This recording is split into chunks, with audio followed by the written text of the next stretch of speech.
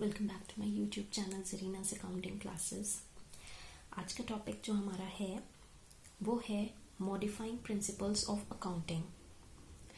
अगर आपने मेरी प्रीवियस वीडियोस देखी होंगी तो उसमें हमने सीखे थे प्रिंसिपल्स ऑफ अकाउंटिंग, अकाउंटिंग के क्या सिद्धांत होते हैं। लेकिन आज की वीडियो में हम सीखेंगे मॉडिफाइंग प्रिंसिपल्स ऑफ अकाउंटिंग। मैं आपको इसका मीनिंग भी समझाऊंगी, मॉडिफाइंग प्रिंसिपल्स कैसे कॉमन प्रिंसिपल्स से अलग हैं, क्या मतलब है इनका मॉडिफाइंग प्रिंसिपल्स का, और कितने मॉडिफाइंग प्रिंसिपल्स ऑफ अकाउंटिंग होते हैं और इस वीडियो में हम कितने कवर करेंगे वो भी मैं आपको बताऊंगी। तो without any further delay let's get started. Video को प्लीज एंड तक जरूर देखिए। आज का हमारा टॉपिक है मॉडिफाइंग प्रिंसिपल्स ऑफ अकाउंटिंग। देखिए, मॉडिफाइंग प्रिंसिपल्स ऑफ अकाउंटिंग का क्या मतलब होता है। जो मैंने आपको प्रीवियस वीडियोस में बताया है, प्रिंसिपल्स ऑफ अकाउंटिंग यानी कि अकाउंटिंग के सिद्धांत, किन नियमों पर अकाउंटिंग बेस्ड है, ठीक है। तो वो तो कॉमन प्रिंसिपल्स होते हैं, कॉमनली एक्सेप्टेड प्रिंसिपल्स होते हैं।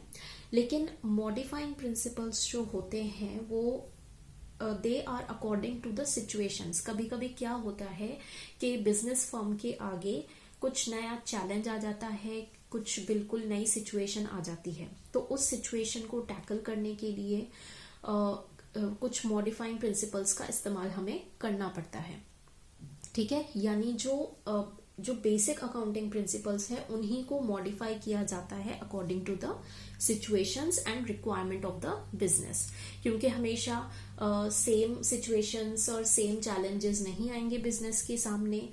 बहुत डिफरेंट सिचुएशंस भी कभी कभी आ जाती हैं बिजनेस के सामने। तो बिजनेस की जो भी एक पर्टिकुलर पीरियड ऑफ टाइम में रिक्वायरमेंट हो या उसके सामने जो भी सिचुएशन हो, उसको टैकल करने के लिए जो प्रिंसिपल्स को मॉडिफाई किया जाता है, थोड़ा सा मतलब उसमें चेंज किया जाता है, उनको हम मॉडिफाइंग प्रिंसिपल्स ऑफ अकाउंटिंग कहते हैं। तो मॉडिफाइंग प्रिंसिपल्स वैसे तो टोटल 6 होते हैं, लेकिन इस वीडियो में हम 3 मॉडिफाइंग प्रिंसिपल्स कवर करेंगे। Modifying principle of materiality, modifying principle of consistency and modifying principle of timeliness. ये 3 प्रिंसिपल्स हैं जो मॉडिफाइंग हैं, यानी कि थोड़े से बेसिक प्रिंसिपल्स से हटके हैं, उनको थोड़ा मॉडिफाई करके ये प्रिंसिपल्स हमारे सामने आए हैं, ठीक है। तो सबसे पहले हम समझते हैं modifying principle of materiality. According to this principle, material and significant details must be given due consideration, whereas insignificant details should be ignored. Materiality का मतलब ये होता है कि बिजनेस में बहुत सारा डेटा होता है। जब एक बिजनेस कैरी ऑन किया जाता है तो बहुत सारा डेटा होता है, तो उसमें से जो मटेरियल और सिग्निफिकेंट डिटेल्स हैं, जो बहुत जरूरी हैं, सारी जितनी भी इंटरेस्टेड पार्टीज हैं बिजनेस में, तो उनके लिए जो मटेरियल इंफॉर्मेशन है, जो सिग्निफिकेंट डिटेल्स हैं, उनको हमें ड्यू कंसिडरेशन देना है, यानी कि बहुत महत्वपूर्ण वो होते हैं, उन पर हमें बहुत ज्यादा ध्यान देना है। वेयर एज जो इनसिग्निफिकेंट डिटेल्स हों, जो अनइम्पॉर्टेंट हों, जो इतनी मायने ना रखती हों, उनको हमें इग्नोर करना है। Otherwise accounting statements will be unnecessarily overburdened. जो हम अकाउंटिंग स्टेटमेंट्स बनाएंगे या कोई भी अकाउंट्स हम बनाएंगे तो उसमें बहुत ज्यादा जो है वो ओवरबर्डन हो जाएंगी, बहुत ज्यादा वो भर जाएंगी चीजों से, कंटेंट्स से, जिसकी वजह से वो ओवरबर्डन हो जाएंगी। तो जो भी उन स्टेटमेंट्स का इस्तेमाल करेगी जो भी इंटरेस्टेड पार्टी, तो उनके लिए भी काफी कंफ्यूजिंग होगा और काफी उनके लिए भी बर्डन बढ़ जाएगा उन स्टेटमेंट्स को समझने के लिए।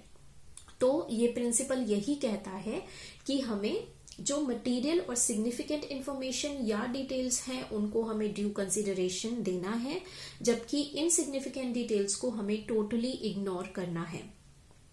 तो this is modifying principle of materiality.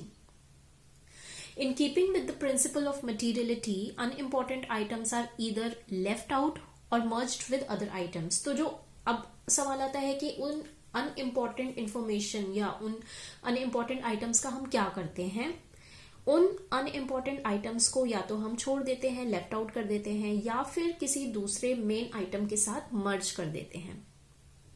Certain information में also be furnished in footnotes. और जैसा मैंने अपने प्रीवियस वीडियोज में आपको बताया है कि कुछ चीजों के हम फुटनोट्स दे देते हैं. फुटनोट्स मतलब एक समरी, एक छोटे सी लाइन में हम इंफॉर्मेशन दे देते हैं. ठीक है. Most common information given in footnotes are, और मैं आपको एग्जाम्पल देकर बताती हूँ कि किस तरह की इंफॉर्मेशन फुटनोट्स में दी जाती है. जैसे कि for example information regarding contingent liabilities. ठीक है. कॉन्टिंजेंट लाइबिलिटीज मैंने आपको बताई थी कि ऐसी लाइबिलिटी जो कि बिजनेस फर्म पर तब आएगी जब उसके खिलाफ जो क्लेम किया गया है वो कोर्ट में प्रूफ हो जाता है. ठीक है, कि इस बिजनेस फर्म पे ये लाइबिलिटी बनती है. तो वो कॉन्टिंजेंट लाइबिलिटी तब एक्सेस में आती है जब ये प्रूफ हो जाए कि हाँ वो लाइबिलिटी बनती है बिजनेस फर्म पर. तो इस तरह की जो इंफॉर्मेशन है वो फुटनोट्स के तौर पर दी जा सकती है in the statements, in the financial statements. Okay. It should be noted that an item material for one concern may be immaterial for another, and similarly an item material in one year may not be material in the next year. अब materiality जो items या information की जो है materiality वो भी very करती है. उस पर भी हमें ध्यान देना है कि कब वो मटेरियल है और कब वो नहीं है. तो ये कहा गया है कि हो सकता है जो आइटम, जो इंफॉर्मेशन एक कंसर्न के लिए मटेरियल हो वो किसी दूसरी कंसर्न के लिए इमटेरियल साबित हो सकती है. उसी तरह से अगर कोई आइटम 1 ईयर में, मतलब एक ईयर में मटेरियल है, तो हो सकता है किसी नेक्स्ट ईयर में, किसी अदर ईयर में वो इतना मटेरियल ना रहे, इमटेरियल हो जाए एक कंसर्न के लिए. ठीक है. तो ये time to time, person to person ये डिपेंड करता है कि कौन सी इंफॉर्मेशन कब मटेरियल है और कब मटेरियल नहीं है, किस पर्सन के लिए इंपॉर्टेंट है, किसके लिए इंपॉर्टेंट नहीं है. For example, in the case of profit and loss account, if the amount of profit or loss has been affected due to a change in the basis of accounting, example depreciation methods or basis of valuation of stock, the amount must be disclosed. ठीक है. मान लीजिए profit and loss account है. ठीक है. If the amount of profit और loss has been affected due to a change in the basis of accounting, हम अपने अकाउंटिंग के किसी भी मेथड में चेंज करते हैं और उसकी वजह से हमारा प्रॉफिट और लॉस अफेक्ट हो रहा है किसी भी तरीके से, तो वो प्रॉफिट एंड लॉस अकाउंट पे को अफेक्ट करेगा, उस पर प्रभाव डालेगा, है ना. तो ये एक मटेरियल चीज है, ये बहुत इंपॉर्टेंट चीज है कि प्रॉफिट और लॉस अफेक्ट, उसका अमाउंट अफेक्ट हो रहा है क्योंकि हम अपने किसी मेथड में, फॉर एग्जांपल हम डेप्रिसिएशन मेथड में चेंज कर रहे हैं, तो उसकी वजह से हमारा प्रॉफिट या लॉस जो है वो भी अफेक्ट हो रहा है, और प्रॉफिट और लॉस अफेक्ट होने की वजह से हमारा प्रॉफिट एंड लॉस अकाउंट भी अफेक्ट हो रहा है. ठीक है. तो दिस अमाउंट, जो भी अमाउंट पे अफेक्ट आया है, दैट मस्ट बी डिस्क्लोज्ड. जो भी चेंज आया है ये मेथड चेंज करने की वजह से, वो डिस्क्लोज करना जरूरी है. वो मटेरियल बन जाता है, जरूरी हो जाता है, इंपॉर्टेंट हो जाता है. Similarly the nature of the transaction should also be taken into consideration. इसके अलावा हमें ये भी देखना है कि नेचर ऑफ ट्रांजेक्शन कैसा है, किस तरह की ट्रांजेक्शन है. ये भी मटेरियलिटी रखती है कि ट्रांजेक्शन का नेचर पर ध्यान दिया जाए, तभी हम डिसाइड कर पाएंगे कि वो मटेरियल है या इमटेरियल है. A difference of ₹700 in the valuation of stock may be regarded as immaterial, but the difference of ₹700 in cash could be termed material. एक और एग्जाम्पल मैं आपको देती हूँ. जैसा मैंने कहा ना कि नेचर ऑफ ट्रांजैक्शन भी हमें देखनी होती है, उसका एग्जाम्पल मैं आपको दे रही हूँ कि मान लीजिए वैल्यूएशन ऑफ स्टॉक किया जाता है. जो भी एक बिजनेस फर्म के पास प्रोडक्शन के लिए स्टॉक पड़ा होता है, उसका वैल्यूएशन किया जाता है टाइम टू टाइम. तो उसमें जब एक पर्टिकुलर पीरियड में उसका वैल्यूएशन किया जा रहा है तो 700 का डिफरेंस आ रहा है, मतलब कहीं पर 700 की कुछ इधर उधर हो रहा है, ₹700 उसका डिफरेंस आ रहा है, ठीक है। तो ये वैल्यूएशन ऑफ स्टॉक में तो इमटेरियल इंफॉर्मेशन है, ये ज्यादा मायने नहीं रखती कि 700 रुपीज का ही तो डिफरेंस आ रहा है, कोई बात नहीं, ठीक है। बिजनेस फर्म के लिए ये बहुत ज्यादा मटेरियल चीज नहीं है। लेकिन अगर किसी भी बुक्स ऑफ अकाउंट्स में ₹700 इन कैश का डिफरेंस आ जाता है तो दैट कुड बी मटेरियल। वो बिजनेस फर्म के लिए बहुत इंपॉर्टेंट हो सकता है कि कैश में ₹700 का डिफरेंस नहीं आना चाहिए, कैश में ₹700 इधर से उधर नहीं होने चाहिए बिजनेस फर्म के लिए, तो वो मटेरियल इंफॉर्मेशन है। वैल्यूएशन ऑफ स्टॉक करते वक्त अगर ₹700 का डिफरेंस आता है तो वो इमटेरियल है बिजनेस फर्म के लिए, ठीक है। तो ये मैंने आपको बहुत सारे एग्जांपल्स देकर समझा दिया कि मटेरियल और इमटेरियल में क्या डिफरेंस है, कब कोई इंफॉर्मेशन मटेरियल हो सकती है, कब इमटेरियल हो सकती है। हो सकता है 1 ईयर जो मटेरियल इंफॉर्मेशन हो वो अदर ईयर में इमटेरियल हो जाए। उसी तरह से नेचर ऑफ ट्रांजैक्शन पे भी डिपेंड करता है कि किस तरह की ट्रांजैक्शन हुई है कि वो आइटम, वो इंफॉर्मेशन मटेरियल भी हो सकती है, और अगर दूसरी तरह की ट्रांजैक्शन है तो वो इमटेरियल हो सकती है, ठीक है। तो इसके हमने बहुत सारे एग्जाम्पल समझ लिए। अब हम अपने दूसरे मॉडिफाइंग प्रिंसिपल पर आते हैं। The next modifying principle is principle of consistency. In order to enable the management to draw important conclusions regarding the working of a company over a number of years, it is essential that accounting practices and methods remain unchanged from one accounting period to another. देखिए, हम हमेशा ये business का उद्देश्य मानते आए हैं कि हमें उसकी परफॉर्मेंस जो है वो रेगुलेट करनी है, उसकी परफॉर्मेंस हमेशा कंसिस्टेंट रहनी चाहिए। जैसी अगर अच्छी पोजीशन पर है बिजनेस तो वो हमेशा अच्छी ही बनी रहनी चाहिए, वो डाउन नहीं जाना चाहिए उसका इमेज, ठीक है। तो जो मैनेजमेंट होता है एक बिजनेस फर्म का, उसके लिए बहुत इंपॉर्टेंट हो जाता है अगर उसे एक कंपनी की वर्किंग देखनी है कि एक कंपनी इतने सालों में over a number of years उसकी वर्किंग कैसी चल रही है, तो it is essential that accounting practices and methods remain unchanged. जो प्रैक्टिसेस यूज की जा रही हैं उस कंपनी द्वारा, जो मेथड्स यूज किए जा रहे हैं वो हमेशा कंसिस्टेंट रहें, अनचेंज्ड रहें, उनमें टाइम टू टाइम बार बार फ्रीक्वेंटली चेंज नहीं किया जाए, ठीक है। From one accounting period to another अगर कंपनी चेंज करती रहती है अपने अकाउंटिंग मेथड्स और प्रैक्टिसेस को, तो उसी के लिए प्रॉब्लम क्रिएट होगी और मैनेजमेंट के लिए बहुत ज्यादा कंफ्यूजन होगा कि कैसे हम अपने बिजनेस की पोजीशन पता लगाएं, ठीक है। हम अपनी वर्किंग पोजीशन कैसे पता लगाएं over a number of years. अगर वो बार बार अपने मेथड्स प्रैक्टिसेस अकाउंटिंग की चेंज करती रहेगी तो उसके लिए ही प्रॉब्लम होगी, ठीक है। तो इसी को बोलते हैं मॉडिफाइंग प्रिंसिपल ऑफ कंसिस्टेंसी, यानी कि एक कंपनी को, एक कंसर्न को हमेशा कंसिस्टेंट रहना है अपने अकाउंटिंग प्रैक्टिसेस और मेथड्स में। If a firm adopts different accounting principles in 2 accounting periods, the profit of the current period will not be comparable with the profit of the preceding period. अगर, जैसा मैंने कहा कि कंसिस्टेंट रहना है, लेकिन अगर फर्म नहीं रहती है कंसिस्टेंट, अगर वो डिफरेंट अकाउंटिंग प्रिंसिपल्स और डिफरेंट मेथड्स अपना रही है 2 डिफरेंट अकाउंटिंग पीरियड्स में, ठीक है ना, 2 डिफरेंट अकाउंटिंग पीरियड्स जो हैं, सिंपल लैंग्वेज में 2 डिफरेंट जो साल हैं, 2 ईयर हैं, तो उनमें उन दोनों सालों में वो अलग अलग अकाउंटिंग प्रिंसिपल्स जो है वो अडॉप्ट कर रही है। एक ईयर में कुछ प्रिंसिपल्स फॉलो कर रही है तो दूसरे ईयर में कुछ और प्रिंसिपल्स फॉलो कर रही है। इससे क्या होगा, जो प्रॉफिट होंगे एक कंपनी के, उनको हम कंपेयर नहीं कर पाएंगे। फॉर एग्जाम्पल, जो करंट पीरियड का प्रॉफिट है उसे हम प्रीसीडिंग पीरियड के, जो इससे पहले वाला पीरियड था, उससे कंपेयर नहीं कर पाएंगे, ठीक है। मतलब किसी भी तरह का कंपैरिजन हम नहीं कर पाएंगे अगर आप बार बार अपने प्रिंसिपल्स को, अपने मेथड्स को चेंज करते रहोगे, तो ये कंपनी के लिए ही नुकसानदायक होता है।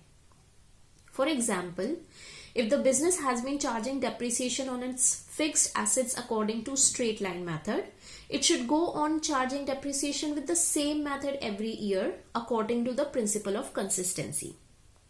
बहुत अच्छा, मैं आपको एग्जाम्पल दूंगी कि मान लीजिए डेप्रिसिएशन लगाना है, हमें डेप्रिसिएशन चार्ज करना है फिक्स्ड एसेट्स पर। जैसे कि मैं अपनी प्रीवियस वीडियोस में आपको बता चुकी हूं कि जो फिक्स्ड एसेट्स होती है ना एक बिजनेस फर्म के पास, उन पर डेप्रिसिएशन लगता रहता है, यानी कि उनकी वैल्यू जो है हर अकाउंटिंग पीरियड में कम होती चली जाती है एक फिक्स्ड प्रपोर्शन में, एक रेट के बेस पर।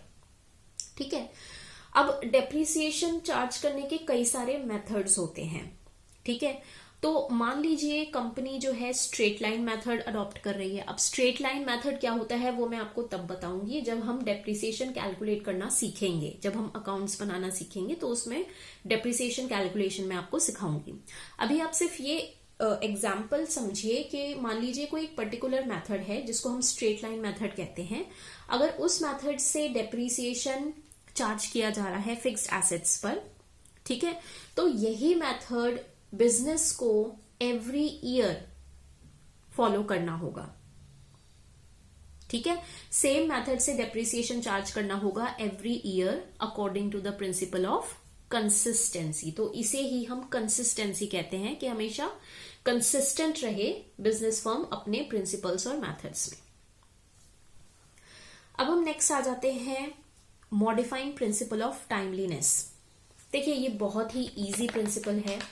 ठीक है, टाइमलीनेस से ही आपको पता चल रहा है कि ये प्रिंसिपल हमसे क्या कह रहा होगा। ये टाइम की इंपॉर्टेंस बताता है प्रिंसिपल हमें। This principle means appropriate recording of business transactions eight appropriate time. ये प्रिंसिपल कहता है कि हमें कोई भी बिजनेस ट्रांजेक्शन हो रही है तो उसकी रिकॉर्डिंग जो है वो प्रॉपर टाइम पे ही करनी है। Modifying principle of timeliness means supplying relevant and reliable information to the decision makers timely. ठीक है, जो भी इंपॉर्टेंट इंफॉर्मेशन है, रिलायबल इंफॉर्मेशन है, रेलिवेंट इंफॉर्मेशन है, वो हमें डिसीजन मेकर्स तक पहुंचाना काम होता है हमारा, लेकिन टाइम पर पहुंचाना भी जरूरी है। ठीक है, कोई भी इंफॉर्मेशन जिस टाइम पर रिक्वायर्ड है उसी टाइम पर हमें वो इंफॉर्मेशन देनी है ताकि डिसीजन मेकर्स इजीली अपने डिसीजन ले सकें रिगार्डिंग एनी एक्टिविटी और एनी ट्रांजेक्शन और anything. That is before the information loses its capacity to influence decisions. हमें उस समय से पहले हमें वो इंफॉर्मेशन दे देनी है, इससे पहले वो इंफॉर्मेशन अपनी इंपॉर्टेंस खो दे। ठीक है, तो जिस इंफॉर्मेशन की एक पर्टिकुलर टाइम पे इंपॉर्टेंस है उस पर्टिकुलर टाइम पे ही हमें वो इंफॉर्मेशन जो है वो देनी होती है, उसके बाद नहीं। For example, if the quarterly report for March 2004 is made available on September 30, 2004, it will be said to have violated the principle of timeliness and lost its utility.